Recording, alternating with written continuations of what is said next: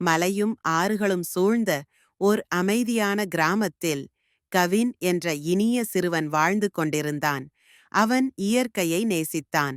பறவைகளுடன் பேசிக்கொண்டும் ஆற்றங்கரையில் விளையாடிக் கொண்டும் நாட்கள் மகிழ்ச்சியாகச் சென்றன. ஒரு நாள் அவன் ஆற்றில் விளையாடிக் கொண்டிருக்கும்போது ஒளி வீசும் ஒரு மாம்பழ விதை நீரில் மிதந்து கொண்டு வந்தது. அதை கவின் ஆச்சரியமாக பார்த்தான். பிறகு எடுத்துக் கொண்டு வந்து வீட்டின் பின்புறத்தில் அதை நட்டான்.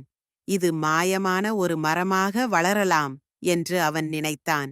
அந்த இரவு வானத்தில் நட்சத்திரங்கள் மேலும் பிரகாசிக்கின்றன போலிருந்தது. மறுநாள் காலையில் கவின் விழித்துப் பார்த்தபோது அந்த விதை நட்ட இடத்தில் ஒரு பெரிய மரம் வளர்ந்திருந்தது. அதன் கிளைகளில் தொங்கும் மாம்பழங்கள் பொன்னிறமாக ஒளி வீசியன. கவின் ஒரு மாம்பழத்தை பறித்து கடித்தான். அதன்பின் அவனது காதுகளில் புதிய ஒலிகள் கேட்டன. பறவைகள் பேசின, அணில்கள் சிரித்தன, தவளைகள் பாடின. இப்போது அவன் அவர்கள் பேசும் மொழியை கேட்டு தெரிந்து கொண்டான். அவன் மகிழ்ச்சியில் இருந்தான். விலங்குகள் சொன்னது, இந்த மரம் மாயமானது. இது நல்ல உள்ளம் படைத்தவர்களுக்கு மட்டுமே பதில் சொல்லும். கிராம மக்கள் மரத்தை ஆச்சரியமாக வந்து பார்த்தனர். பறவைகள் கிளைகளில் விளையாடிக் கொண்டு கதைகள் சொன்னது. ஆனால் தொலைவில் தனது அரண்மனையில் இருந்த பேராசை மன்னர் வருணன் இந்த மரம் பற்றி கேட்டார். இந்த மரத்தை என் மாளிகையில் நட்டு வைக்க வேண்டும். அதை வெட்டி எடுத்து வாருங்கள் என்றார். சிப்பாய்கள் மரத்தை வெட்ட வந்தார்கள். கவின் மரத்தின் முன் நின்று, இந்த மரம் எல்லோருக்கும் உதவுகிறது, இதை வெட்டக்கூடாது என்று தைரியமாகச் சொன்னான்.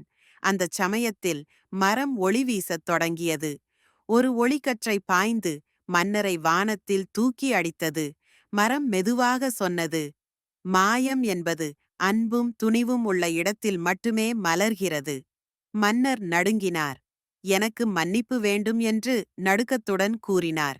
இப்போதுதான் எனக்கு புரிகிறது, இந்த மரம் அனைவருக்கும் சொந்தமானது என்று. அந்த நாளிலிருந்து மன்னர் மரத்தை பாதுகாத்து வந்தார். வாரம் ஒரு முறை மரம் ஒரு மாய மாம்பழம் கொடுத்தது. அதை சாப்பிட்ட குழந்தைகள் ஒரு நாள் முழுவதும் விலங்குகளுடன் பேச முடிந்தது. கவின் மாய மாமரத்தை காப்பாற்றிய வீரனானான். போராடியதால் அல்ல, அன்பு காத்ததால். பாடம்: மாயம் என்பது அன்பிலும் நல்ல மனதிலும் பிறக்கிறது.